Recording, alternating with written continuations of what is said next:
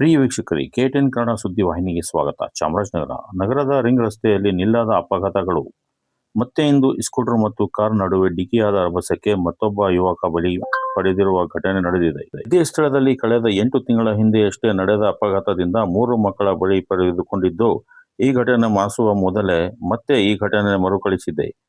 KA05 NP 2139 ಸಂಖ್ಯೆಯ car Ramesh ಎಂಬ ವ್ಯಕ್ತಿ ಸತ್ತಿಮಂಗಲದಿಂದ ಕನಕಪುರ ಕಡೆ ಹೋಗುತ್ತಿದ್ದ ಸಂದರ್ಭದಲ್ಲಿ ಕರಿವರದರಾಜ ಬೆಟ್ಟ ಕಡೆಯಿಂದ 3 ಯುವಕರು ಬರುತ್ತಿದ್ದ ಸಂದರ್ಭದಲ್ಲಿ ನಡೆದ ಈ ಘಟನೆ. ಇಷ್ಟೇ ಅಲ್ಲ, ಈ ಸ್ಥಳದಲ್ಲಿ ಇನ್ನೂ ಅನೇಕ ಅಪಘಾತಗಳು ನಡೆಯುತ್ತಲೇ ಇದೆ. ರಾಷ್ಟ್ರೀಯ ಹೆದ್ದಾರಿ ಪ್ರಾಧಿಕಾರದಿಂದ ಇಲ್ಲಿ ಯಾವುದೇ ಸಂಚಾರಿ ನಿಯಮಗಳು ಪಾಲಿಸಿಲ್ಲ ಎಂದು ಸಾರ್ವಜನಿಕರು ಆಕ್ರೋಶ ಹೊರಹಾಕುತ್ತಿದ್ದಾರೆ. ಸಮೀರ್ ಪಾಷಾ 17 ವಯಸ್ಸಿನ ಯುವಕ ಅಪಘಾತದಲ್ಲಿ ಮೃತಪಟ್ಟಿದ್ದ ದುರ್ದೈವಿ ಮತ್ತು 17 ವಯಸ್ಸಿನ ಇಸ್ಮಾಯಿಲ್ ಹಾಗೂ 16 ವಯಸ್ಸಿನ ಅಮೀರ್ ಅಹಮದ್ ಎಂಬ ಯುವಕರಿಗೆ ಗಂಭೀರವಾಗಿ ಪೆಟ್ಟಾಗಿದ್ದ ಕಾರಣ ಅವರಿಬ್ಬರನ್ನು ಮೈಸೂರಿನ ಖಾಸಗಿ ಆಸ್ಪತ್ರೆಯಲ್ಲಿ ಚಿಕಿತ್ಸೆಗೆ ದಾಖಲು ಮಾಡಲಾಗಿದೆ ಎಂದು ಪೊಲೀಸ್ ಇಲಾಖೆಯಿಂದ ಮಾಹಿತಿ ಲಭ್ಯವಾಗಿದೆ. ಚಾಮರಾಜನಗರ ಸಂಚಾರಿ ಪೊಲೀಸ್ ಠಾಣೆಯಲ್ಲಿ ಅಪಘಾತ ಪ್ರಕರಣ ದಾಖಲಿಸಿಕೊಂಡು ತನಿಖೆ ಕೈಗೊಂಡಿದ್ದಾರೆ.